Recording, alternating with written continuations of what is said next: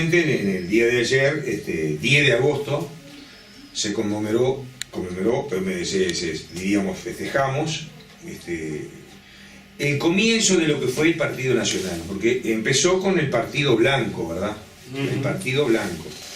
El 10 de agosto de 1836,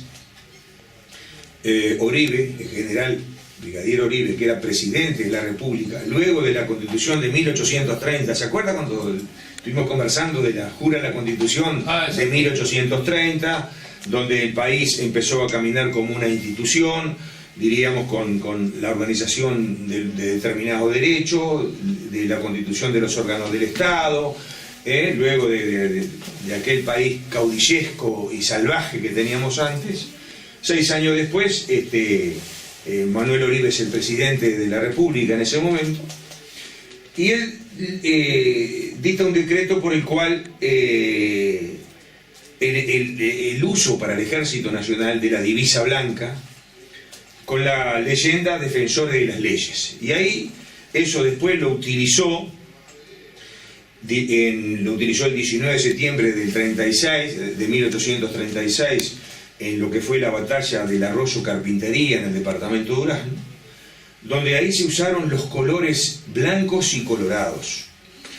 En ese momento el ejército de Oribe, conjuntamente con la colaboración de La Valleja, lucharon en la batalla esa de Carpintería con el ejército de Rivera y los unitarios que estaban exiliados en el Uruguay.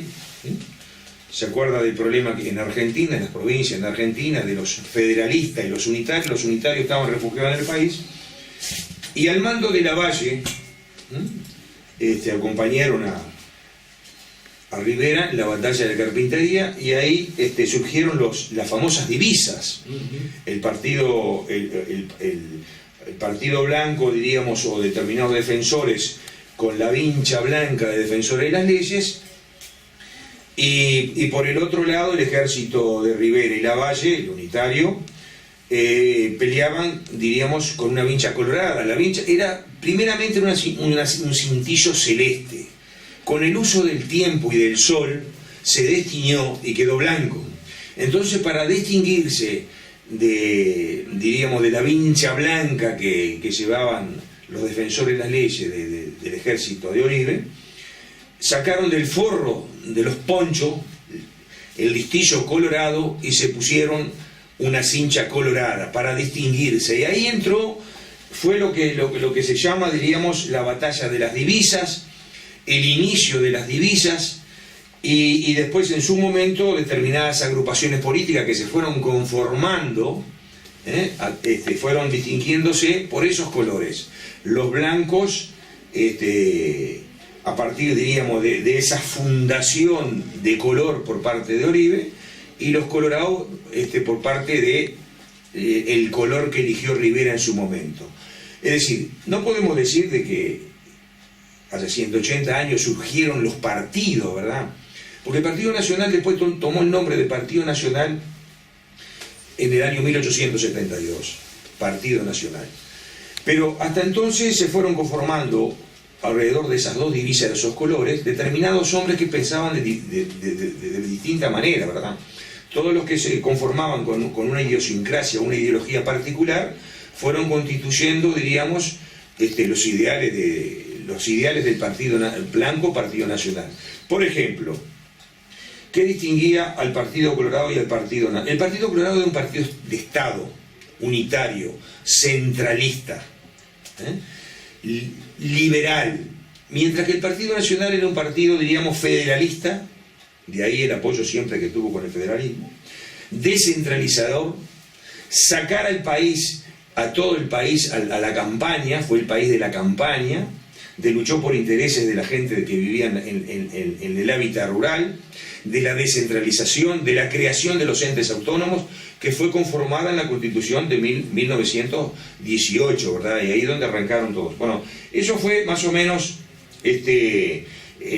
lo que siempre brilló en las ideas diríamos, de Oribe, fueron el amor a la independencia nacional y a la soberanía nacional, ¿no?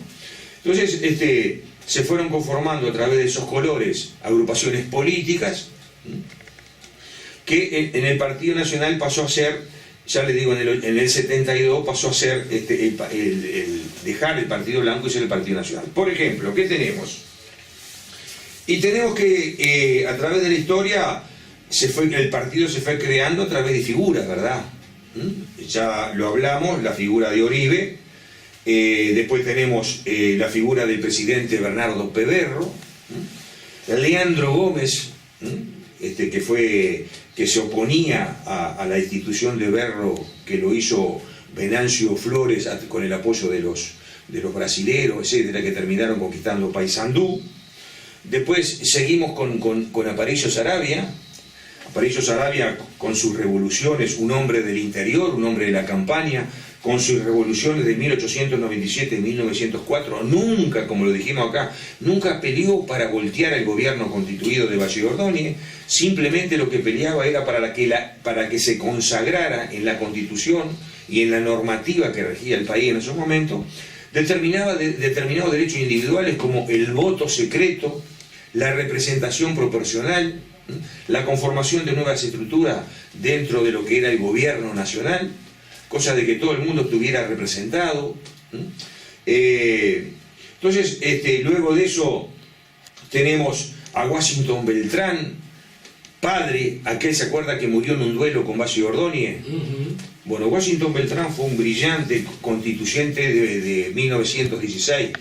¿Se acuerda que se eligieron por voto secreto, por primera vez se eligieron constituyentes, ganó el Partido Nacional, y los constituyentes de 1916 fueron los que elaboraron la Constitución del 18, la Constitución posterior a la de 1830, la que ahí consagró determinados derechos individuales como la libertad del sufragio. ¿Se acuerda que votaban solamente determinadas personas? Bueno, ahora era el voto obligatorio, secreto, la representación proporcional en los departamentos de acuerdo a la votación que había, se modificó la forma de elección, se creó, diríamos, un ejecutivo con dos órganos, por un lado el presidente de la República y por el otro lado una junta administrativa. Luego de Washington Beltrán, a través de la historia, tenemos Luis Alberto de Herrera, que murió en 1959. Se acuerda que con Herrera en su lucha en la política exterior se opuso a la instalación de bases americanas en Punta del Este. Él muere en el 59, luego de haber ganado la elección del 58, donde habían gobernado por 100 años los Colorados. ¿Se acuerda aquella alianza que hizo con Benito Nardone, el Chicotazo? Que ahí arrancó, diríamos, fueron dos gobiernos blancos, del 58 al 62 y del 62 al 66. Después tenemos a Wilson Ferreira.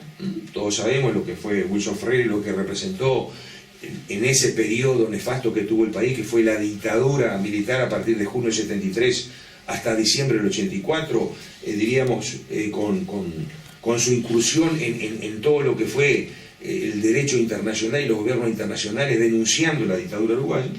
Es decir, humildemente no se quiere monopolizar a través del Partido Nacional o el Partido Blanco todo lo que sucedió en la historia del país, pero sí contribuyó muchísimo en la conformación de lo que fue un Estado moderno, en lo que son hoy los derechos individuales plasmados en la Constitución, en la conformación de los órganos del Estado, en la separación de los tres poderes, en la consolidación de lo que es una democracia representativa, por supuesto con errores, con virtudes, pero siempre contribuyendo, diríamos, en lo que tiene que ver a plasmar dentro de la idiosincrasia del país cosas importantes para los derechos.